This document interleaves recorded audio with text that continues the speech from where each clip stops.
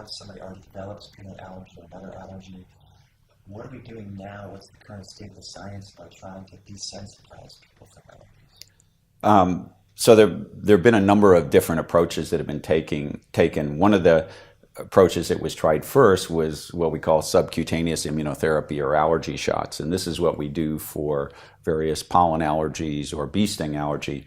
This has been tried in the past, and in the initial trials, there were some pretty severe adverse reactions, so people had gotten away from that. There are some studies that are now starting to look at modifying the proteins to see if it can be given more safely that way. The two approaches that are actually farthest along in development are in phase 3 trials. One is oral immunotherapy, and this is something that's actually been around for over 100 years. And what this involves is taking very small amounts of the protein, starting off at a level that we think will not cause much in the way of symptoms, and then over a period of time increasing that amount of protein, which will then desensitize the individual if they were to have an accidental ingestion.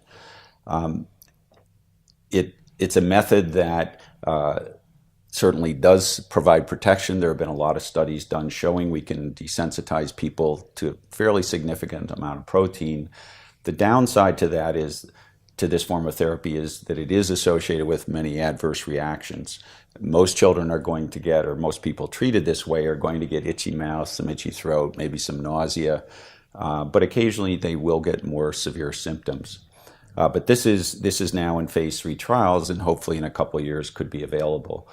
Another approach that's been looked at is sublingual immunotherapy, and this is where you hold an extract in the mouth for a period of time. This has not gone as far in development, although it does provide some protective effect. And then the other method that's in phase 3 trials, which could be available in a couple of years, is one called epicutaneous immunotherapy.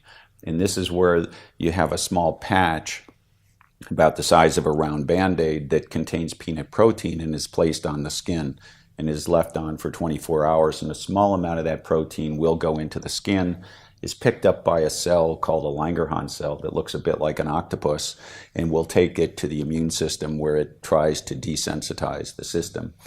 The advantage of this is that you have much less in the way of adverse reactions. You don't see the systemic responses that you see when you take it orally. It does appear to take longer to get up to the more protective levels, but as far as safety and ease, it certainly seems to have a leg up in that area. So it sounds like there are some promising potential treatments in the works, but there's nothing yet that's really definitive in terms of desensitizing a person to peanut allergy, but there's things that look good going forward in the future. Yes, the two I mentioned, the oral immunotherapy and the epicutaneous, are the most likely to get general approval. There are people out, in practice who are doing some of these, for example, oral immunotherapy. There's some other methods in the pipeline where there's modifications on proteins and introduction of nanoparticles with peanut protein that may be promising, but these are several years away. What are nanoparticles? So nanoparticles are little tiny polymers that contain some peanut protein and also some ingredients from bacterial cell wall that cause the immune system to respond in a certain way. They're smaller than a grain of sand. So they're very small, but they're contained little components. Are there any other things that you want to share with our listeners and viewers about peanut allergy, about food allergy in general?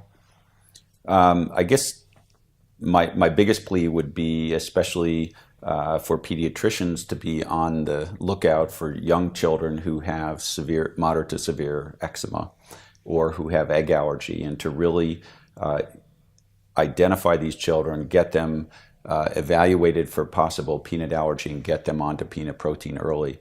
Having 80% reduction in outcome at 5 years is a tremendous response.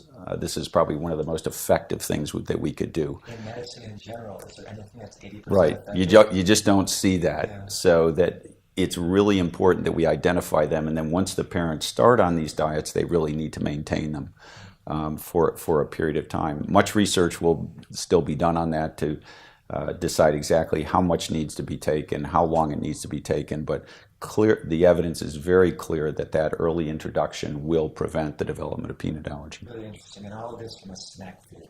Right. Very interesting.